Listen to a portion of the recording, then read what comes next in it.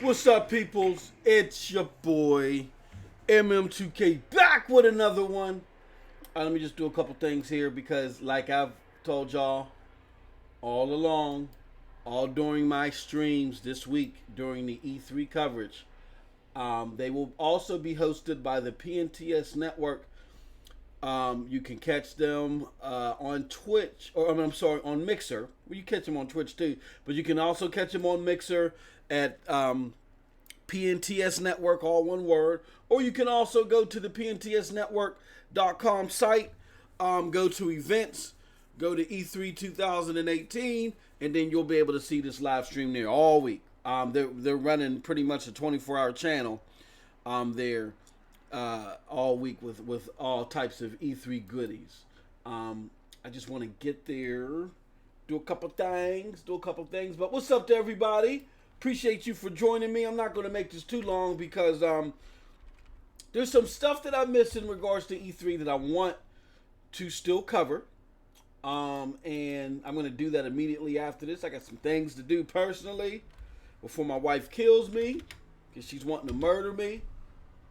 I just told her crazy ass, I said, man, I feel like a goddamn Ghostbuster. She's the proton pack. I told her, I said, hey, look, you keep coming up, busting up in the studio, messing up my groove, man. I'm just going to California my damn self. All right? I just hope.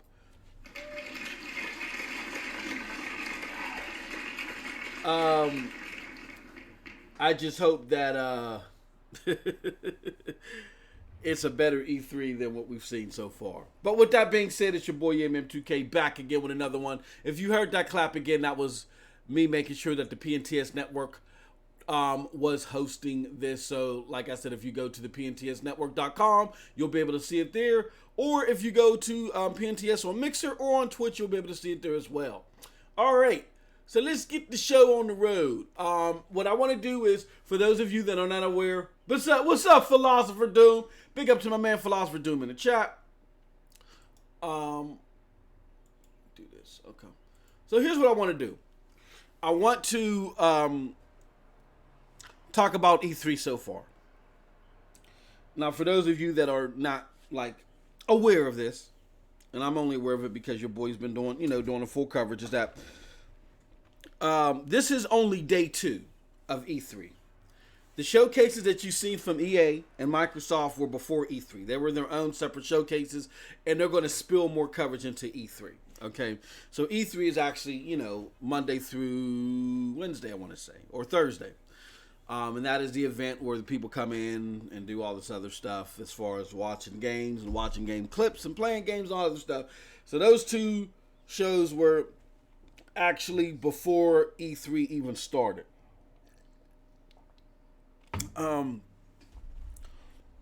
With that being said, I'm going to talk about all of it.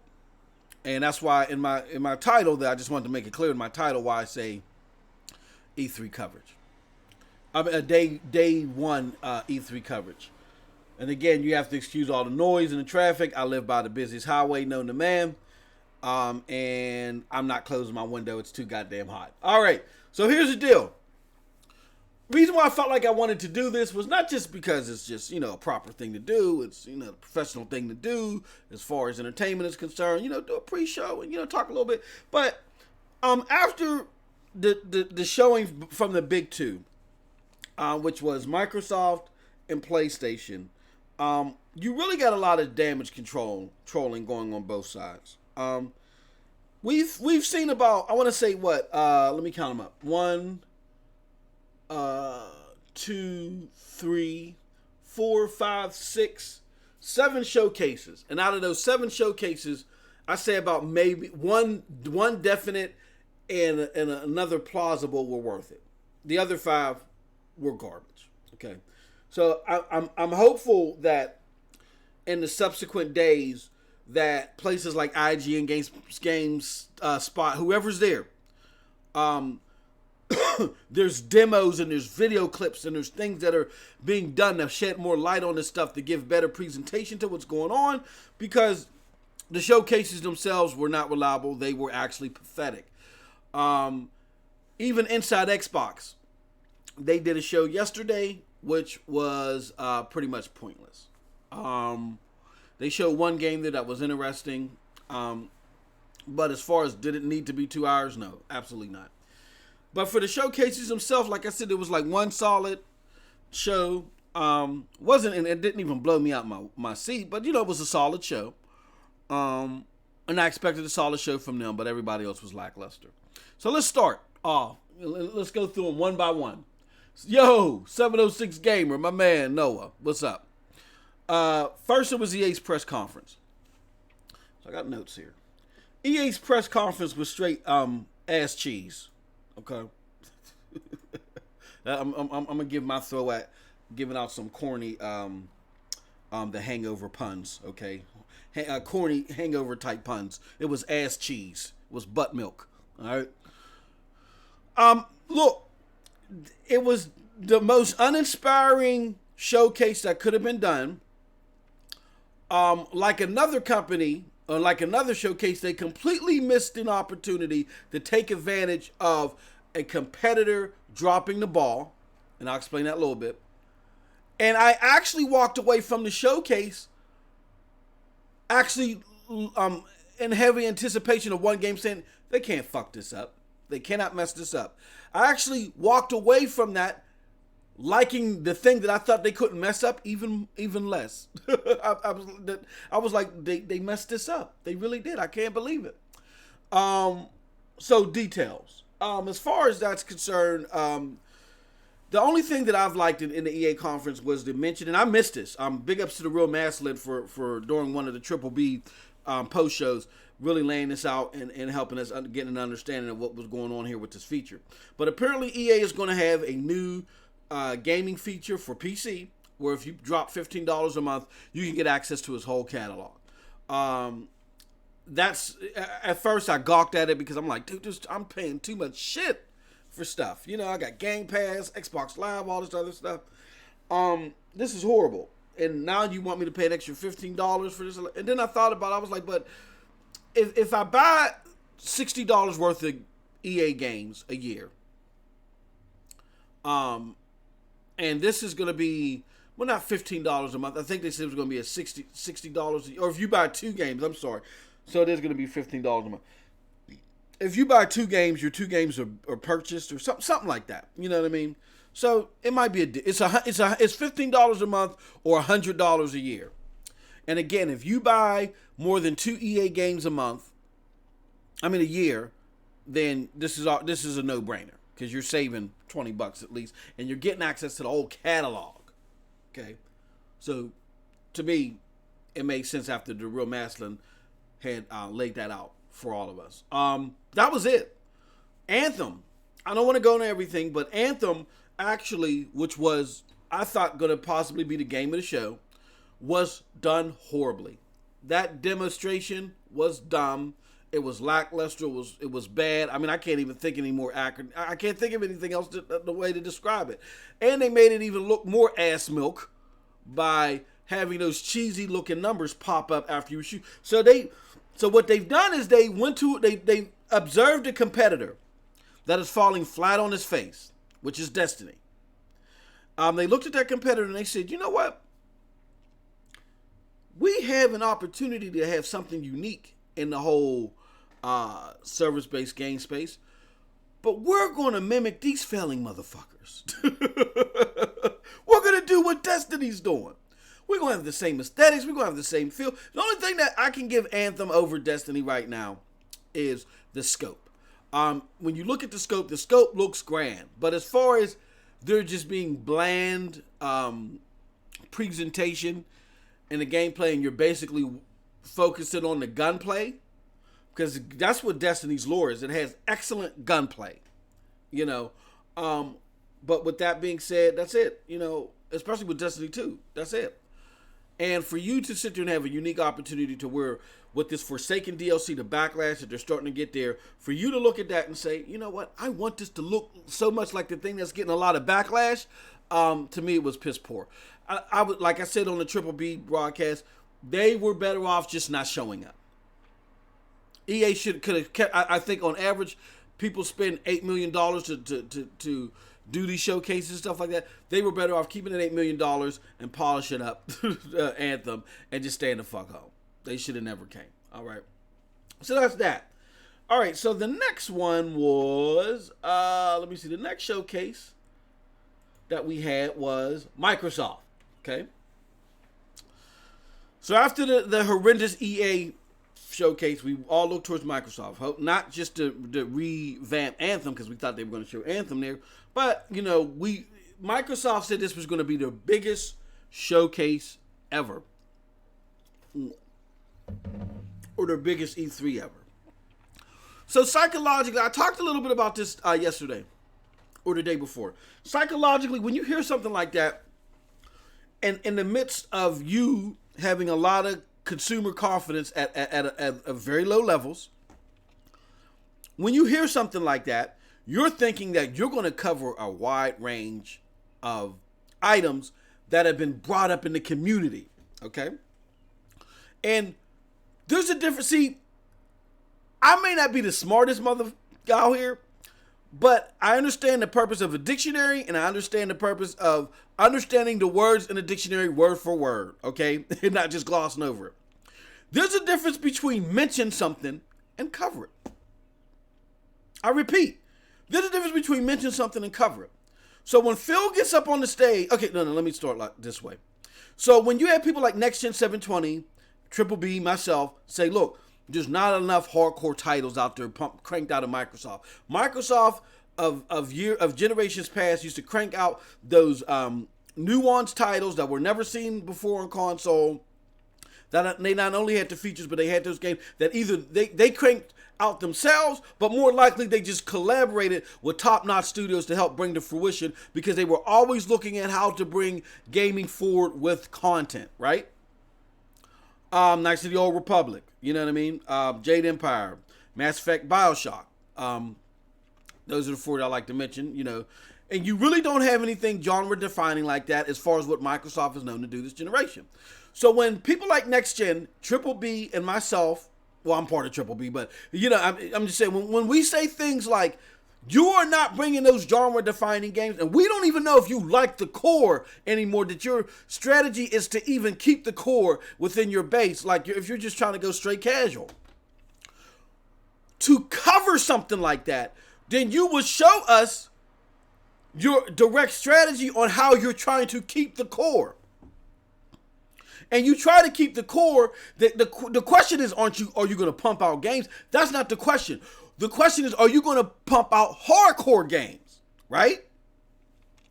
So when that's the question, and the best you could do is just say, I got 5 new studios, and none of them are really known for pumping out hardcore material. I mean, Ninja Theory is the closest you get. I don't know what this new studio with Gallagher's going to do. I don't know what the people that he's going to bring aboard, so that's unproven. We Happy Few is not a hardcore title. State of Decay, even though it's a nice niche title, zombie title, it's not a hardcore title, AAA title that we're looking for. So when you do that, you're just doing the typical banker's babble of, I'm going to mention what you said. I'm going to hope that I can use my charm offensive because I'm a nice guy for you to hear me say these coin phrases and then get covered in the cloud, in the smoke and mirrors, and then you won't question me any further. I deal with this shit every day at work, okay? So that's why when he said that, he said, we got these new studios and the core is very important with the typical, the circle finger that they give you. That means I'm bullshitting you. I deal with it every day. Because I don't know what these studios are going to do. And if we use history as an example, you know, once Phil took over, new fiscal year, I already talked about this yesterday. Once Phil took over, okay? And then it was a new fiscal year. And then he had complete, you know, well, I don't want to say complete, still got to answer Satya, but he had more budget control than ever before. Xbox did, okay? This was record. This is groundbreaking. Xbox had this level of budget control. Once Phil took the realm, and then we saw a title that come out of Philgate, right? Which was Sea of Thieves. Then, even though I didn't personally experience problems with it, but then you had a lot of buggy issues being reported about State of Decay. What makes you confident that these 5 studios under Microsoft's helm are going to produce anything worthwhile. Y'all might say Halo, Gears, and Forza, but see, Halo, what Microsoft is good at, which the tradition that Phil left, thank God, is that when the studios have acquired, listen, when the studios have acquired a hit, they get assembly belt with it and they just give them whatever they need to keep pumping that out, and they really don't get themselves involved all like that. And that's what Halo, Gears, so they don't derive from the formula too much. They just go assembly belt with it. And thank goodness they've done that and they left that alone. But when it comes to fresh, brand new ideas, right, that are being cranked out from Microsoft, they fall flat. And they're not successful. Okay? And they're getting worse and worse by the year. Okay? I'll give you an example. Quantum Break. Quantum Break, I think, is a fine game. I really liked it. The problem is that under Microsoft trying to push the envelope with this, they took a developer, which was Remedy, and they had them work on something at a grand scale that I think was really like out of their lane at the time. Remedy is great storytellers. The stuff that they produce is aesthetically pleasing. But for crying out loud, Alan Wake was a game about walking around with a flashlight shooting shadows. Okay, there wasn't all this biometric scanning and, force-filled telekinesis and all this other grand scale stuff that was going on. It was very subtle in its mechanics, but very genius in its presentation. Okay. And Microsoft, they're not good at cultivating, and they're not good at peeling the onion back like that and knowing that.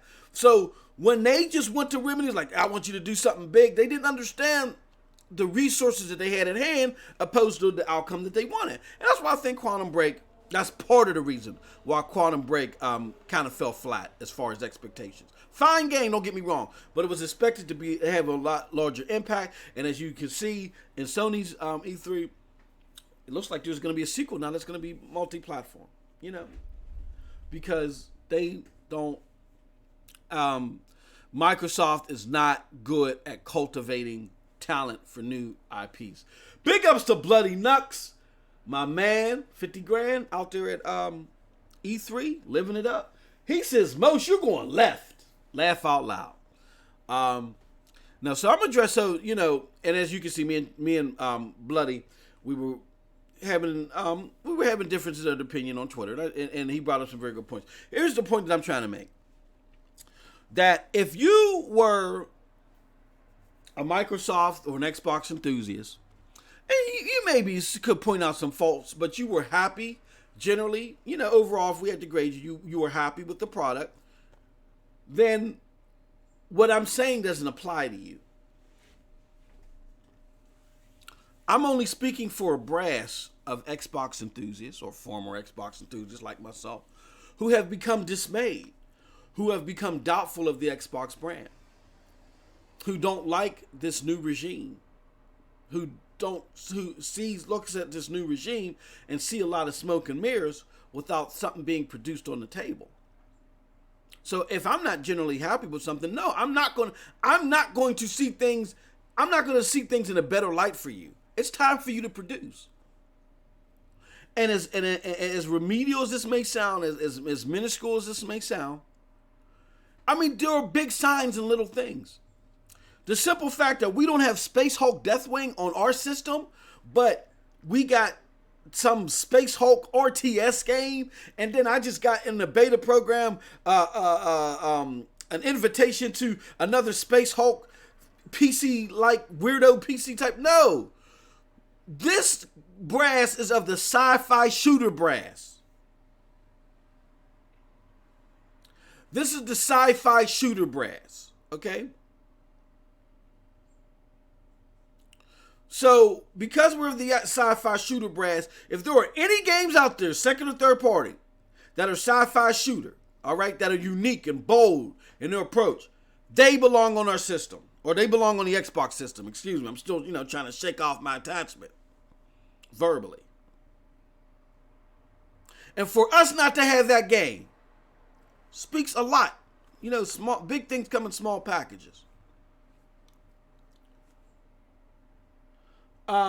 Bloody Nuts is keeping us up to date to what's going on there. Hey man, I know. Even though I was disappointed in her presentation, it would have been a wonderful show to see. Would have been a great spectacle to see. He says it's crazy fun today. It's the first day of the show floor, and I'm so pumped. Yo, get on the show floor. I understand where you're coming from. But that's my beef. Is that, again, if you're happy, then what I'm saying is not for you.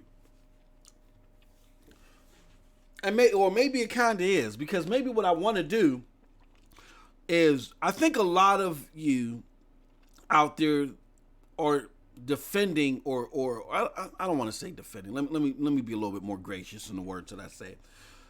You guys you're optimistic, even though you haven't really been given anything tangible. I think you're optimistic because these guys have very good optics to them. Phil seems like a very nice guy. Mike, your bar's a cool guy. You know what I mean? Aaron Greensberg, bleed green, man. These opposed to the stiffs over at Sony and the weirdos. Look like they be rolling around in Scooby-Doo vans, snatching up people. Yeah. Aesthetically, yeah, man. These are some people I feel like I could get down with, man. Cool guys, right? But here's what you don't understand. At the end of the day, they're businessmen. And that approach is part of their marketing. That's their marketing tactic. I'm going to get to you emotionally.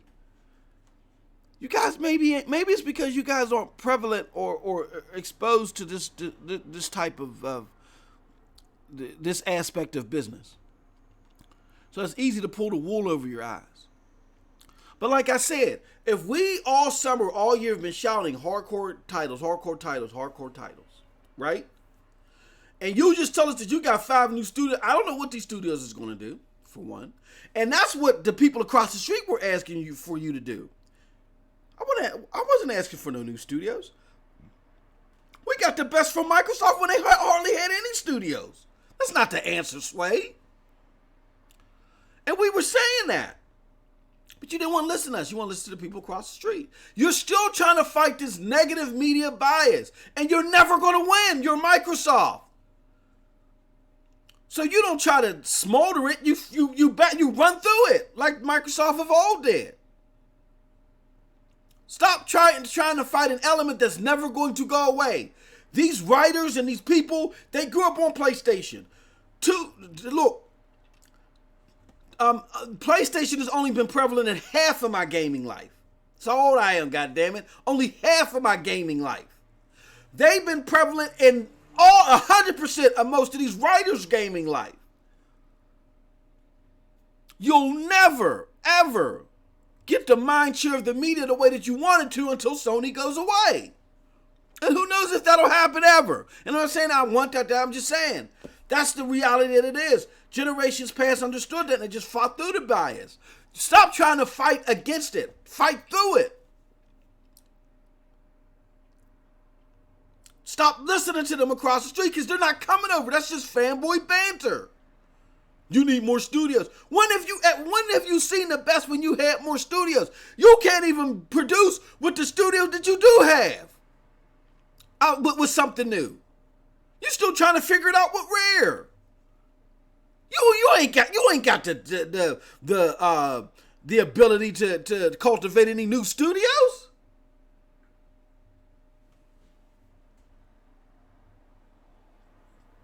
Come on. So, Microsoft had a great and a visually appeasing show. Okay? Visually appeasing. With that being said, did it do the job? No. Because where are my hardcore titles? You had Devil May Cry or my hardcore content that bring. So there's a couple of problems. Problem number one is where are my hardcore titles? Okay, we got 5 new studios and we got 5 new studios. I don't know what that means. I don't know what that means as far as content.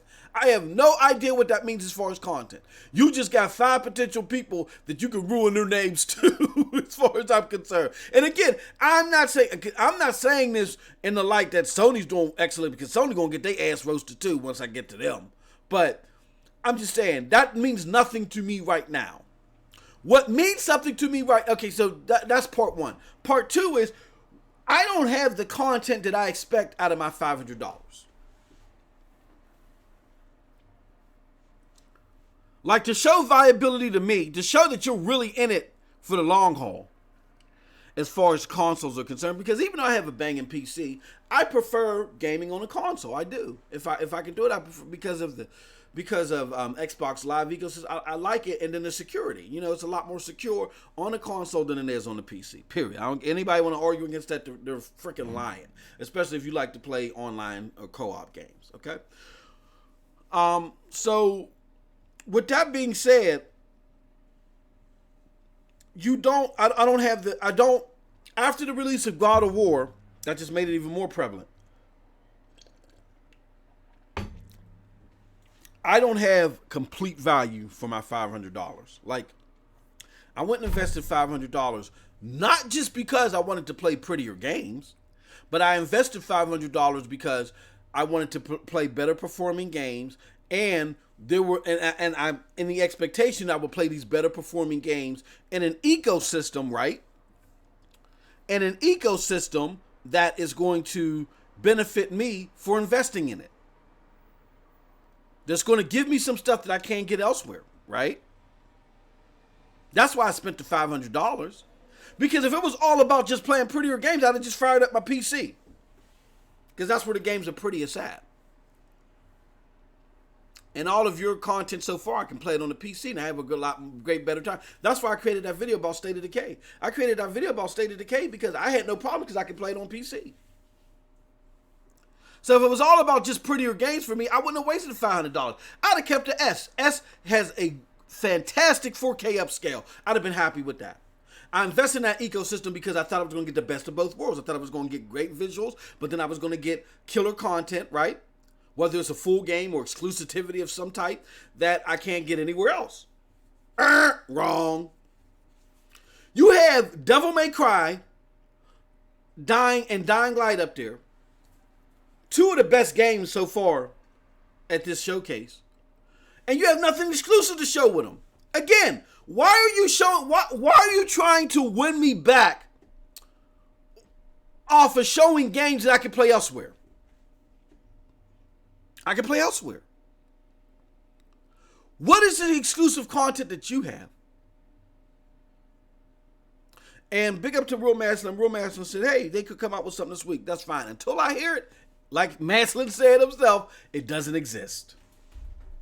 Okay? So, what I want to do is I want Microsoft, hopefully, to hear this in a roundabout way. There are some of us, Phil, that see past smoke and mirrors. And you know what? Big ups to Lethal Papa. I know a lot of people jump on Lethal Papa's case because they say Lethal Papa just white knights for Microsoft. But he brought up a very good point. He said, Mose, maybe they didn't make any investments in any titles, right? That right now because they made so much investment in those 5 studios that they picked up. That, my friends, is a very plausible scenario. So big ups to Lethal Papa for that. But I got to hear that from Phil. So what I'm saying, Phil, with all the smoke and mirrors, look, I'm not going to call you a liar, but I want to call a spade, and I just want, like Next Gen said, I want to take the biggest knife out of the drawer, cut the bullshit out. Okay? You're not going to make everyone happy, and you cannot smother this and cover this up with your bullshit. Okay? We've asked you to cover some items, and all you did was mention them. You can no longer banker babble your way out of this. Why don't we have content now? You guys made $2.5 billion in the first fiscal quarter after you've become head of Windows Gaming, or now they're saying head of Xbox now. I don't know what's going on over there. But whatever it is, now that you the head gamer in charge, the HGIC, y'all made $2.5 billion of your first fiscal quarter following. I'm trying to understand why you couldn't take out of $2.5 billion, You can't take 50 million to maybe 100 million, buy a game that's about to come out, or take a good chunk of money and buy some exclusive content like PlayStation did with Red Dead Redemption. Because content means something, and you know that, Phil. Again, I hate to throw it. I'm not throwing these brothers under the bus. I'm just saying it. It's to the point to where because there's going to be extra content for Red Dead Redemption, that you even have Crap and Mooch saying that they might get Red Dead Redemption 2 for the PlayStation. Imagine that. Imagine that.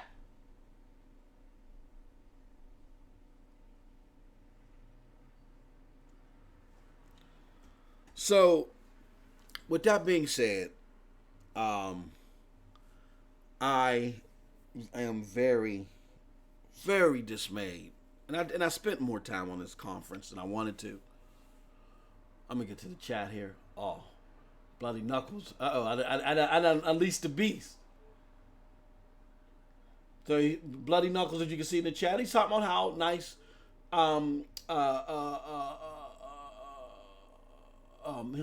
what's I can't Mike your bar is, and I don't doubt that. He says he wants to come kick my ass right now. He wants to slap me. Hey, Bloody, can we do something later today, bro?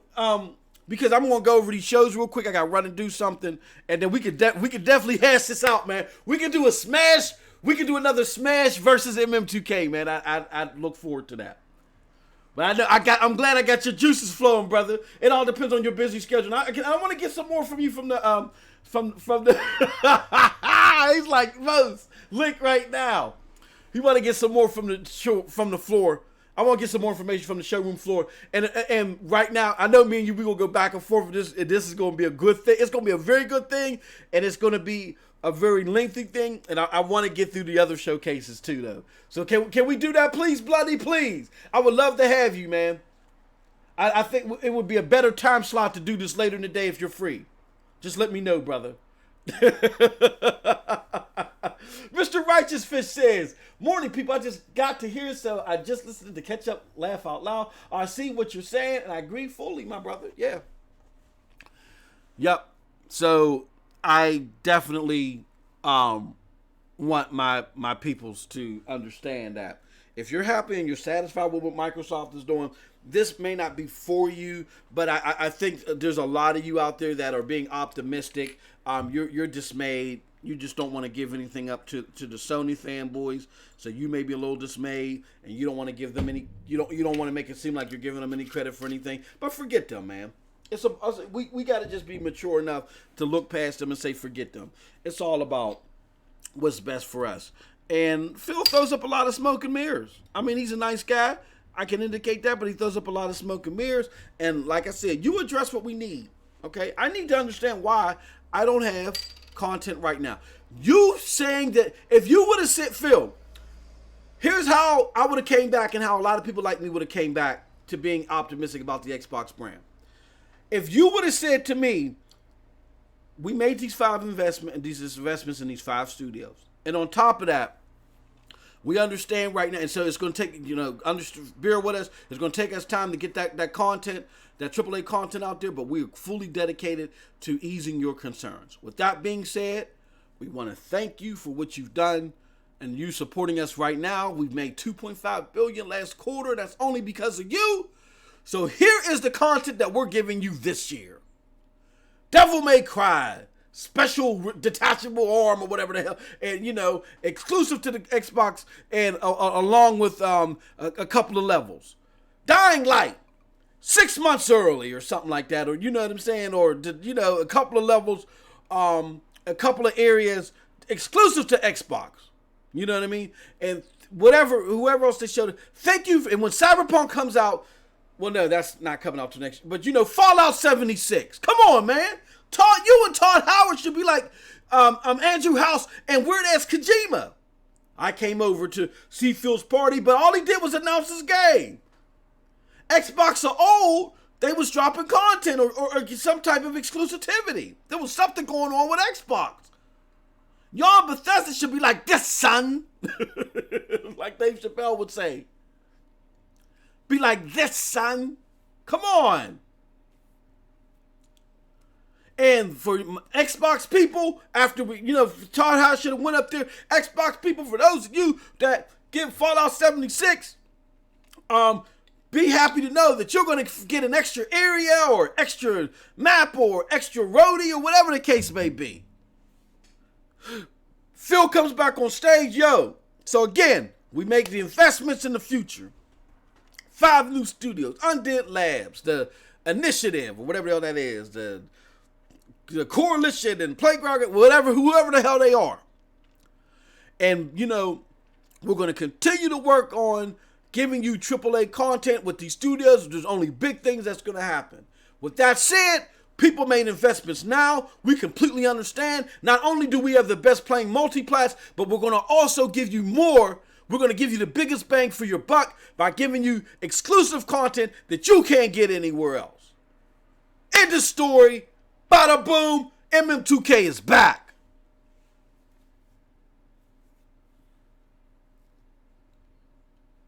Was that too hard? No. After making $2.5 billion in a quarter, is that too hard? In a quarter? No, I don't think so. But that's just me. All right. Bloody Nexus, he said, man, I'm going to treat you like I did the Last Jedi debate. Mr. Righteous Fish says, you're right. It's cool. They got studios. But what you going to do for me right now? Because across the street, they're selling that heat. You hold your horses on that, Mr. Righteous Fish, because I got something to say about that. So let me fast forward. Okay, so that was weekend press conferences. All right, so day one. Day one, we had Square Enix, okay? Square Enix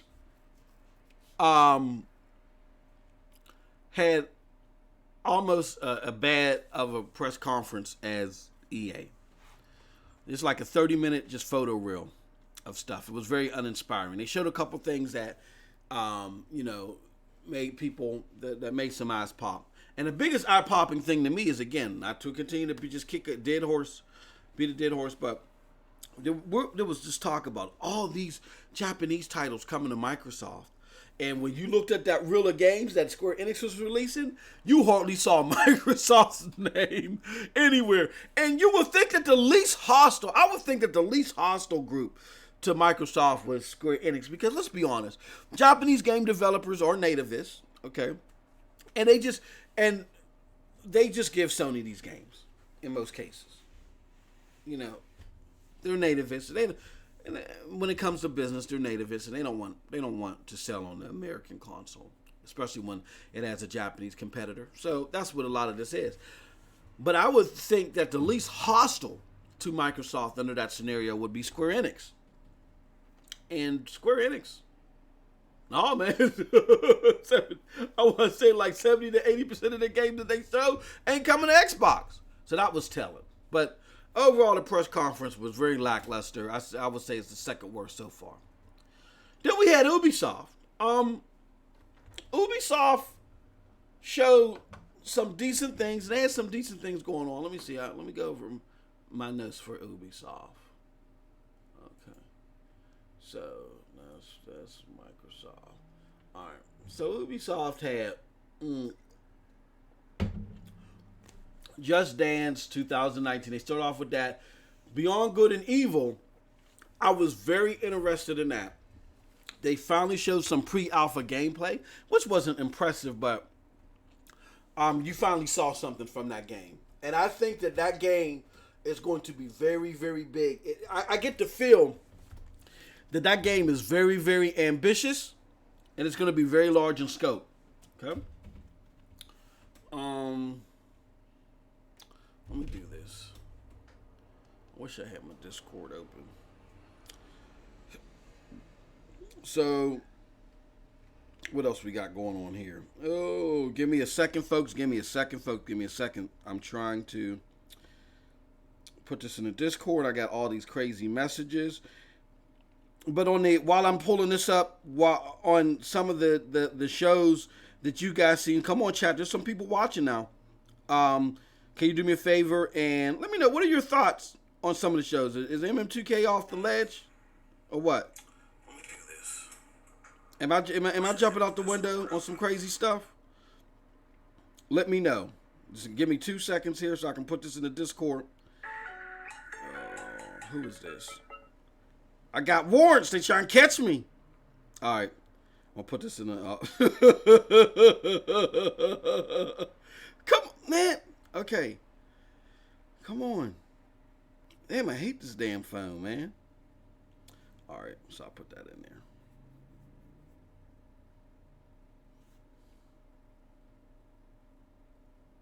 Okay. Okay, I get that too. All right.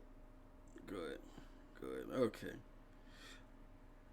All right, so we in there. Okay, so here's the deal. As far as Bloody Nuck said, he's gonna have to curb stomp me most.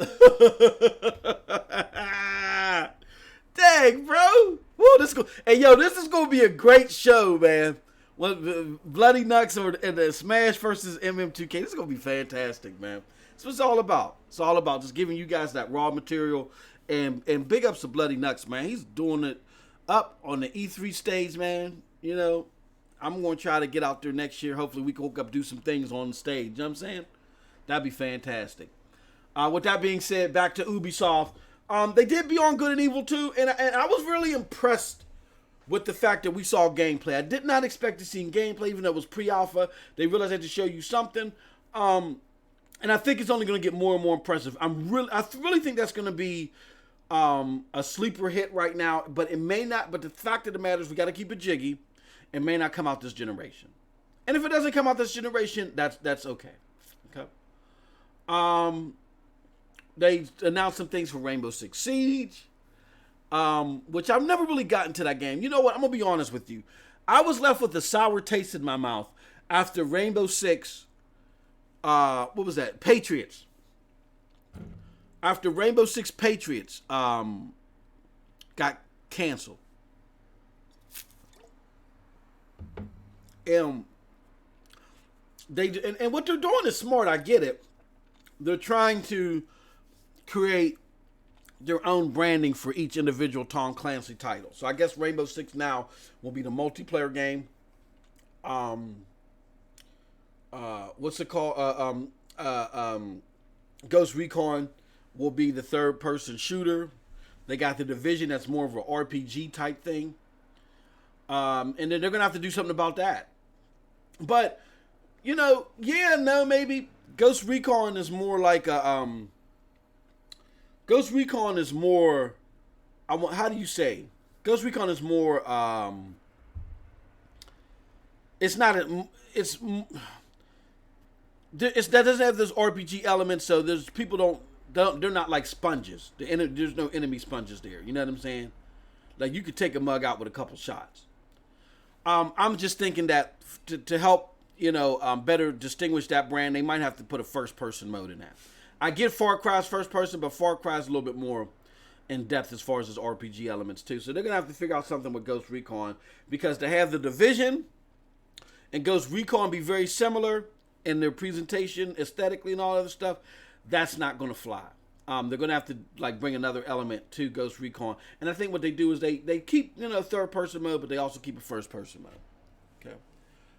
Okay. Big up to Philosopher Doom, my man, 50 grand. Yo, look at that comment. I don't even want to say it right now because I'm gonna hold on to that. Also, Ubisoft said Ubisoft did the Division 2. Speaking of the Division 2, I love the Division. I'm not going to say I'm not going to get it. I'm going to get it. I was a little disappointed that aesthetically it looks very similar. It looks like the Division 1.5. That disappoints me. I was hoping a little bit more, a better GUI. You know what I mean? Hopefully they'll do that, a better GUI. Just something to make, the animation seemed they seem very similar too. Enemy types seem very similar. I think they can mix it up and make it better. But it's coming out March 19th, so they don't have too much time to do that. I'm a little disappointed with that. But it's still going to be a first day buy for me. They showed the Mario Rabbids thing, which is cool. It's a cool collaboration. Skull and Bones, it reminds me of the old Pirates games. They used to be on the Tandy 1000 system. I did like those games, but Pirates had a lot more depth to it. You would go into different areas, take over areas, and the main way for you to conquer areas would be to go out to sea and battle. So hopefully Bones has that type of element too, that it ain't just about you going on boats and shooting people. If they do that, that'll be good.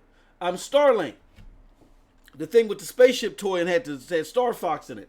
That could be a sleeper commercial hit. Who knows? But I don't know. It just shows that Ubisoft and Nintendo they're collaborate, like they really like each other.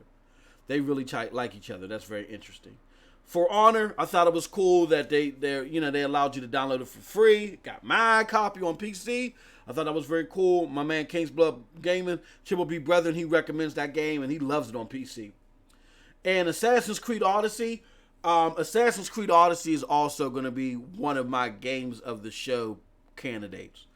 For the simple fact that this is the most appealing Assassin's Creed to me. It doesn't look like it's based upon stealth. It looks like it gives you a little bit more leeway in action. It has a conversation aspect to it. This thing could be big, man. Assassin's Creed Odyssey could be big. Ubisoft really needs to do a lot of good promotion and put a lot of weight behind this, because what I saw, I was very amazed at. I thought that was their best showing. I thought it was better than Shadow of the Tomb Raider, and that's just me. So with that being said, let's now go to the next one. On to the next one. Okay, so the next one was the PC Game Show. I apologize. I missed that because I was watching Inside Xbox, which is a freaking waste. I'm going to get to that later today after this stream. And here we go. For all the marbles. This is where my friends like Mr. Righteous Fish might jump ship. Sony.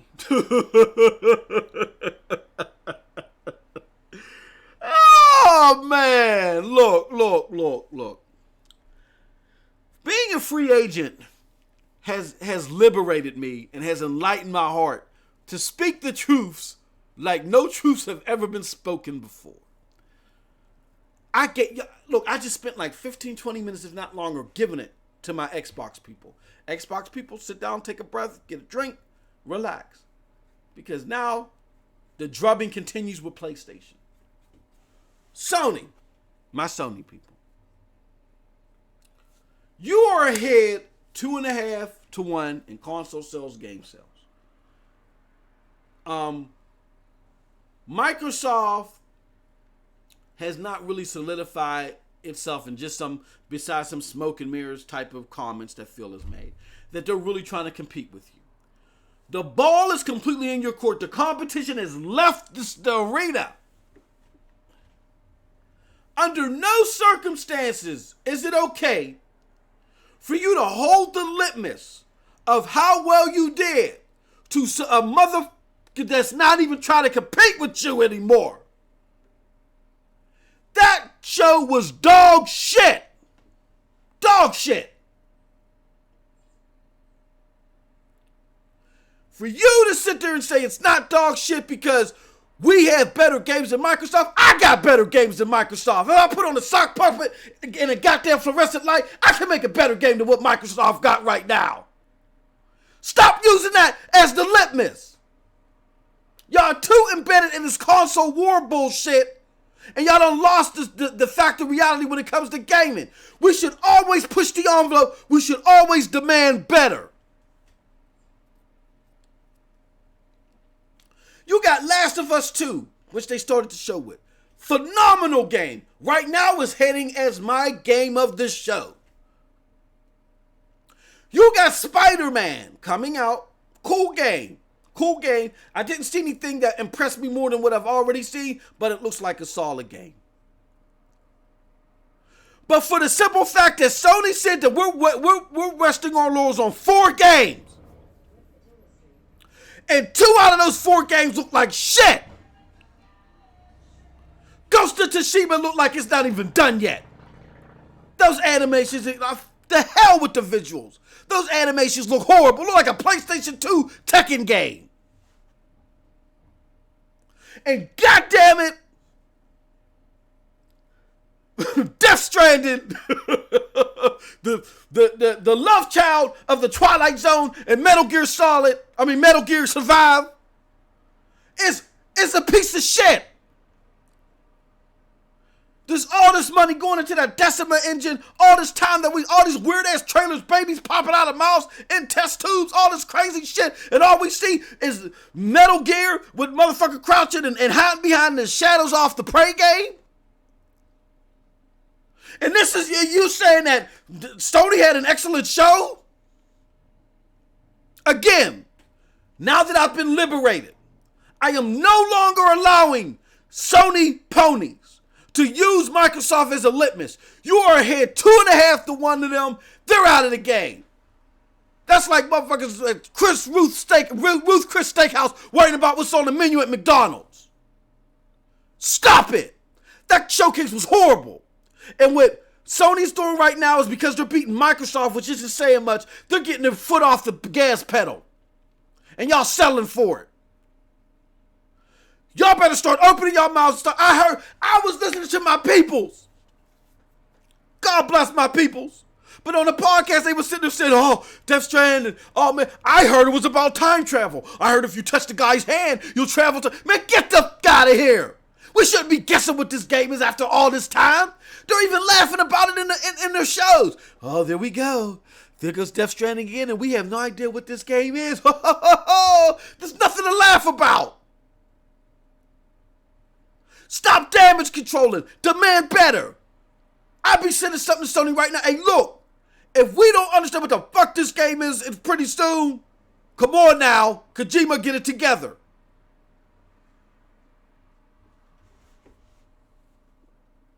Unbelievable. Unbelievable. But it was better than Microsoft. Fuck Microsoft. You're 2.5 ahead. 2.5 times ahead of them. They're not trying to compete with you. They're trying to put this shit on Android phones. Stop using that piss poor litmus.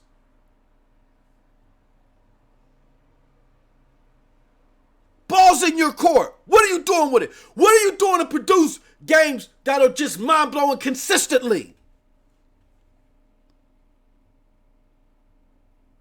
You can't just live off of God of War, because that's the only thing that's been proven as far as having broad appeal.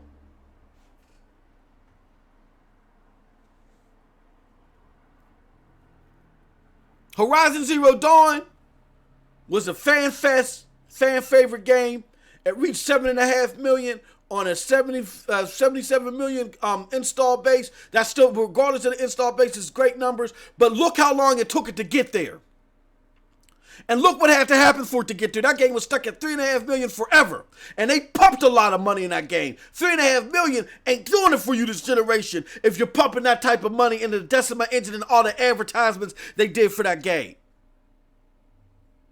That was fan service. They said it themselves. When they do single player games, those are fan service. When they're doing their exclusive games, that's fan service. They're not looking to make a lot of money off of that. But with that said, Horizon Zero Dawn didn't have broad appeal. When they dropped the price of the PlayStation 4 Slim, and they dropped the price of Horizon Zero Dawn to $20 simultaneously, that's when I flew off the shelves. That's why I said, I remember when I was talking with Porter Rock and everybody, I was like, I'm surprised I'm not hearing about Horizon Zero Dawn. I thought I would have heard numbers, for the simple fact that they've dropped the price of the PlayStation and they dropped the price of Horizon Zero Dawn to $20 at the same time. And the reason why we didn't hear is because what Sony was trying to do is they were trying to save those numbers after that sale for the 1-year Horizon Zero Dawn showcase. And that was fine. But that's why that thing blew numbers out all of a sudden.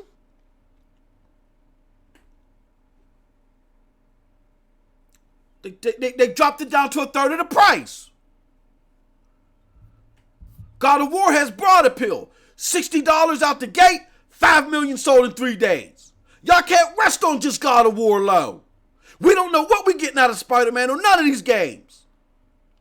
Demand better. if you have 4 pillars that hold up a house, and 2 of them are, one is waffly, Ghost of Kushida, whatever the hell that is, and the other one is just wobbling all over the place in some weird shit, Death Stranding, then the house is going to fall. So 4 of your staples, only 2 of them were reliable. Then the house collapsed on that presentation. There's no way that you can say they had a good presentation.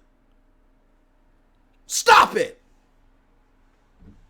I'm done yelling. Let me get to the goddamn chat. Philosopher Doom said Bethesda won. And yes, Bethesda won. I skipped them after Microsoft's conference. Mr. Righteous Fish said, I'm still here, brother. Philosopher Doom said, kick the truth to the fanboy youth.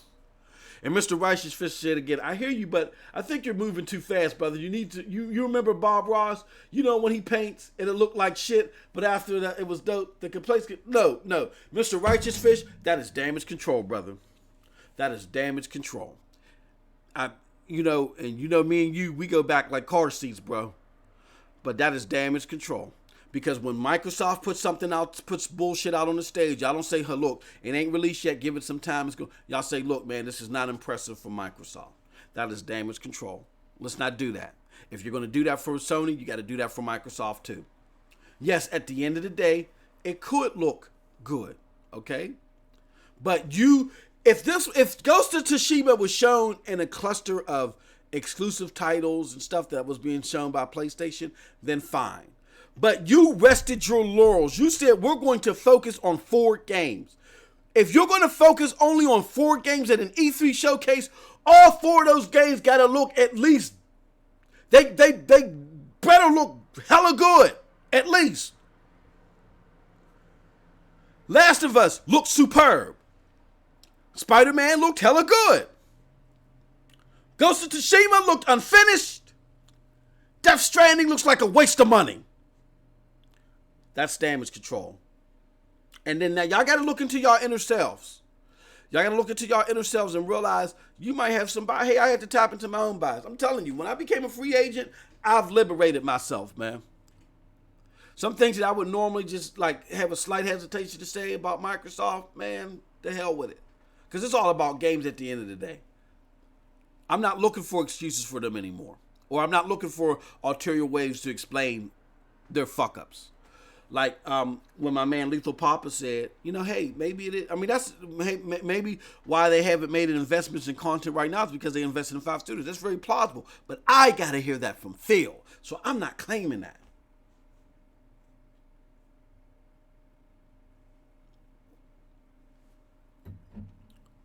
Y'all got to stop this damage control. It's not doing us any good. Because look, as gamers, let's look at what we got. This generation, what were the genre-defining games? Gears was decent. Halo was alright. That's it. Microsoft side. Uncharted 4, do you want to call that genre-defining? No. Horizon Zero Dawn? Right now we got God of War and potentially Spider-Man. We have 4 games this late into the generation that really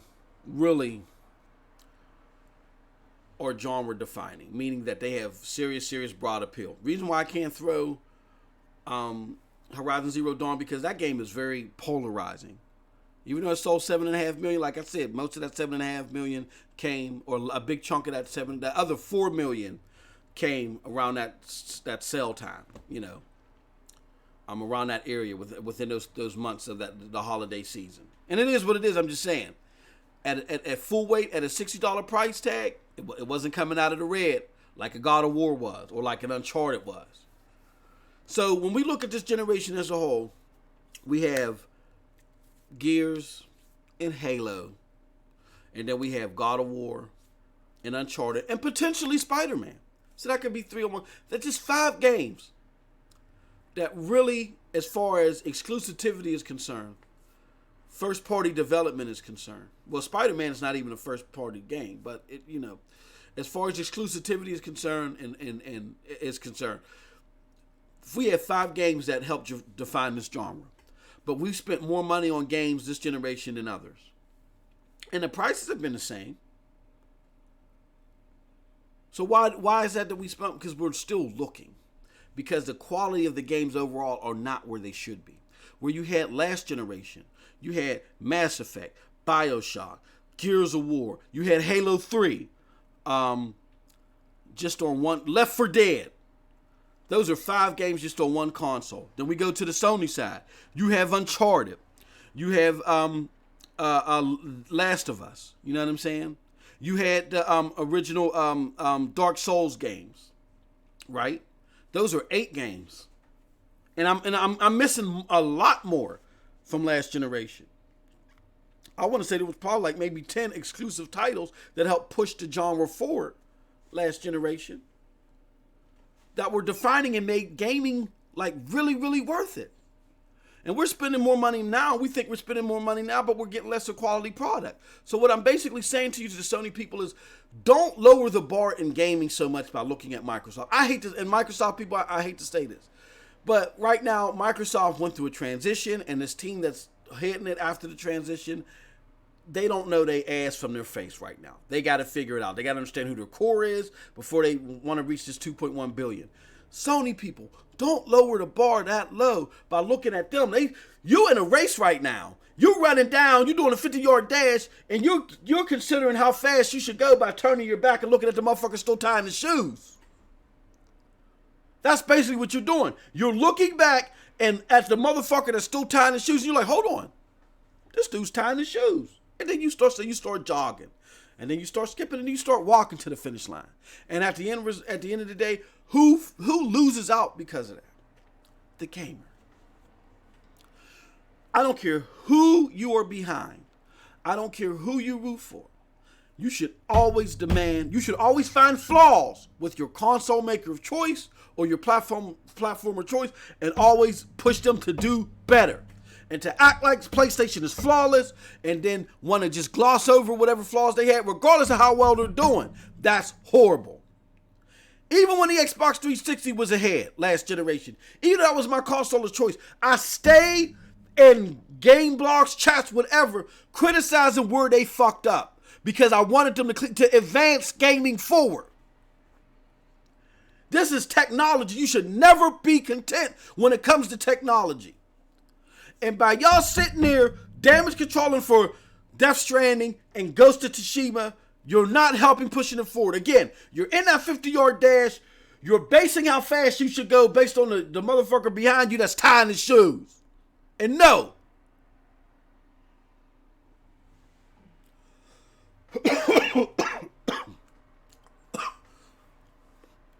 Let me go back to the chat.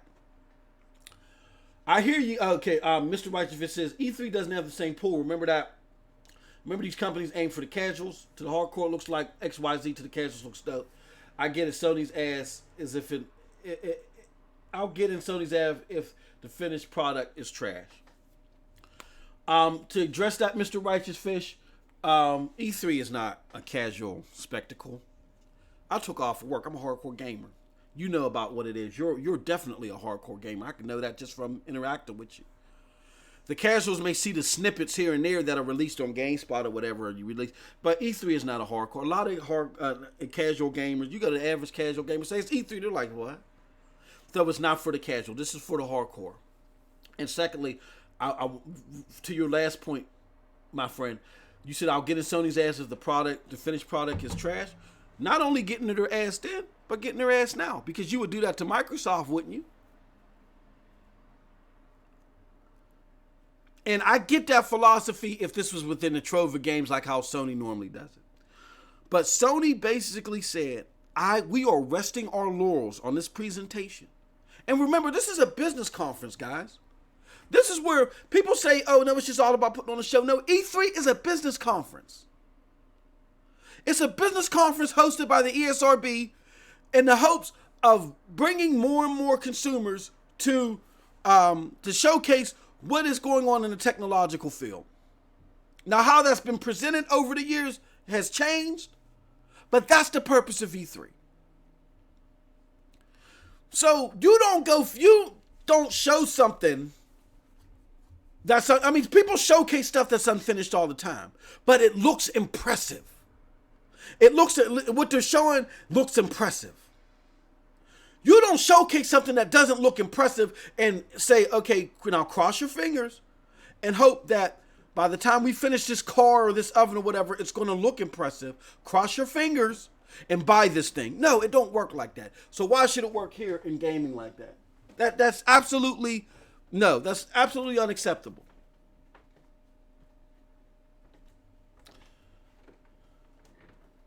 Mr. Righteous Fish says, Sony has a good track record recently, so people have faith. This year, God of War in Detroit, not my thing. People love even crap. Spider-Man does well. That's 3 for 3. That's this year. And that's great. Again, because this is technology, you always got to peer into the future. When Microsoft was coming out of the gate 2013, with games that Sony didn't have anything, I wasn't happy because I wanted to see what was going on in the future. Philosopher Doom said, hardcore dictate the trends and pace. I don't understand the constant pandering to casuals. No, you know what it is, Doom? You have to cater to casuals because it's your market. And these are Fortune 500 companies. And wherever the market is, that's where you have to advertise. What I think Microsoft is missing is that the hardcore are strategic, or they're fundamental in that strategy. Like I said, when it comes to these phones, the vast majority of these people buying these iPhones and these Samsung Galaxy phones, 95% of that stuff that's in these phones you will never utilize. It's the simple fact that Hardcore Johnny gets on YouTube. Yeah, you can do this with the 7.8 pixels and pixels and dixels. And y'all don't know what the fuck that means.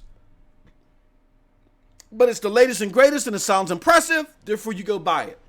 Sony understands that. So they use their hardcore. They give their hardcore red meat all the time.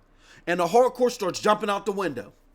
And what happens is the casuals see, oh shit, he just jumped out the window. What's going to go surround the body? And casuals move in herds. So because casual move in herds, Sony understands that they're always giving some red meat to their hardcore base to capture the attention of the casuals. So that's why. Well, here's the hardcore dude may buy more games, but there's more casuals out there, and their 2 games a year outweigh ours. Let's look at it this way.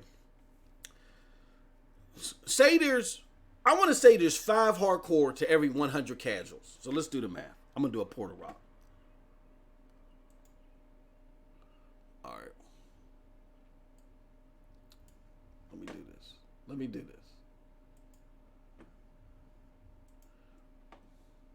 There's 5 hardcore to every casual, right? Let me get rid of Will's picture. Big up to Will. Yes. All right. So, say the average casual. There's 5 hardcore to every 100 casuals. Okay. So, say the 5 hardcore by. I want to say they buy like 7 games. Let's just be okay. So let me do this. 7 times 60 is $420 a year in games. Let's multiply that by 5 times 5. That's $2,100. Okay. And I'm just being, what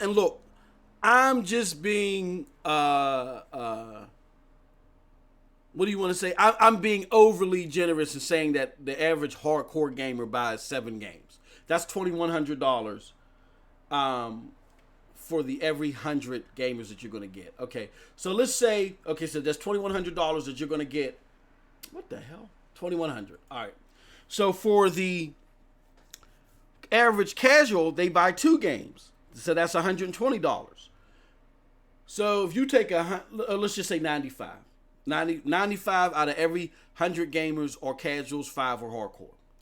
95 times 120 is 11,400.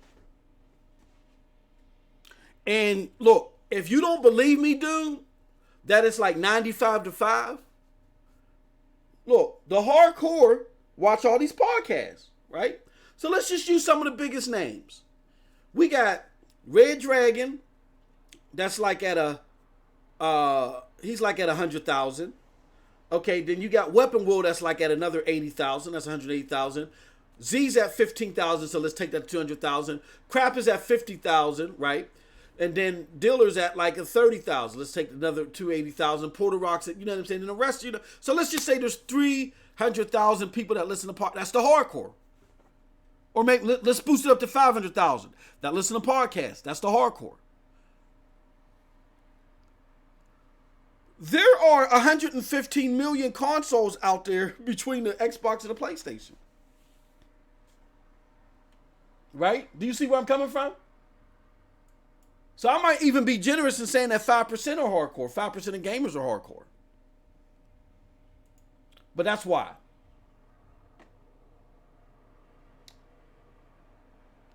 All right. Let me switch back. All right, so